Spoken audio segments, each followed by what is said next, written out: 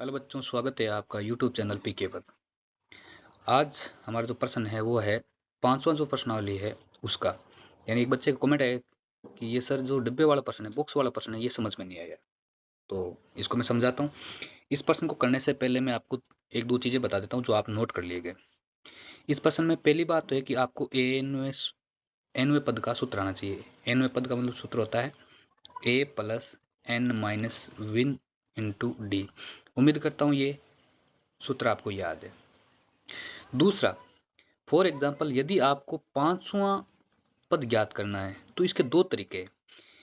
और दो तरीके कहाँ से हैं? यदि आपको 5वां पद ज्ञात करना है तो या तो आपके पास में ए और डी होना चाहिए, यानी पहला पद और सार्वय अंतर होना चाहिए, या फिर आपके पास में चौथा पद और डी होना चाहिए, या फिर आपके पास में छठा पद और डी होना चाहिए। ये तीन चीजें हैं, उसके अकॉर्डिंग आप 5वां पद ज्ञात कर सकते हैं।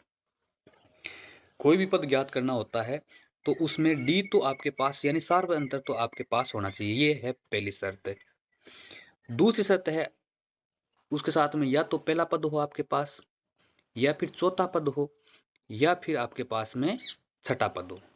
यानी जो पद ज्ञात कर रहे हैं उससे आगे पीछे वाला पद या फिर पहला पद होना चाहिए। ठीक है, तो इतना कंसेप्ट है। यदि ये आप ध्यान में रखोगे तो प्रश्न हल हो जाएगा आराम से। तो देखो, पहला ही बता देता हूं। देखो पहला क्या है। पहले में दे रखा है कि a बराबर है 2। a बराबर 2 यानी पहला पद। a2 आपको ज्ञात करना है। a2 यानी दूसरा पद ज्ञात करना है। दूसरा डिब्बा है, इसमें आपको a2 ज्ञात करना है। और a3 आपको दे रखा है 26। ये इंफॉर्मेशन आपको दे रखी है।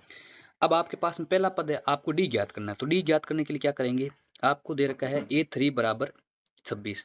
तो a3 का जो फॉर्मूला था वो क्या होता है, पहले पद में 2d जोड़ दो बराबर 26 लिख दो। तीसरा पद ज्ञात करना है तो पहले पद में 2d जोड़ दो। 20वां पद ज्ञात करना है, जैसे मान लो आपको a20 ज्ञात करना है तो पहले पद में 19d जोड़ दो। 19d यानी एक कम करके d जोड़ दो। ये वेरी वेरी इंपॉर्टेंट चीज है, कंसेप्ट आप याद रखेंगे थोड़ा। तो मैंने क्या किया, मेरे को तीसरा पद दे रखा है 26। तो तीसरे पद का फॉर्मूला क्या होता है, पहले पद में 2d जोड़ देंगे हम। पहले पद में 2d जोड़ देंगे और इसका कारण भी लगाएंगे आप आगे। इसका रीजन क्या है, किसके कारण से है ये हम जानते हैं। चूंकि ए एन बराबर क्या होता है, A plus N minus 1 into D.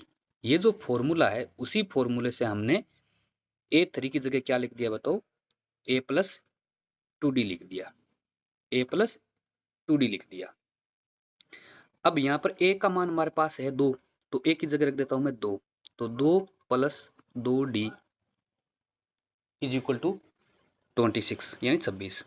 2 उधर जाएगा, माइनस का हो जाएगा, तो 2d is equal to 26 minus 2 यानी 2d बराबर 26 में से 2 घटाओगे तो कितना बचेगा, 24।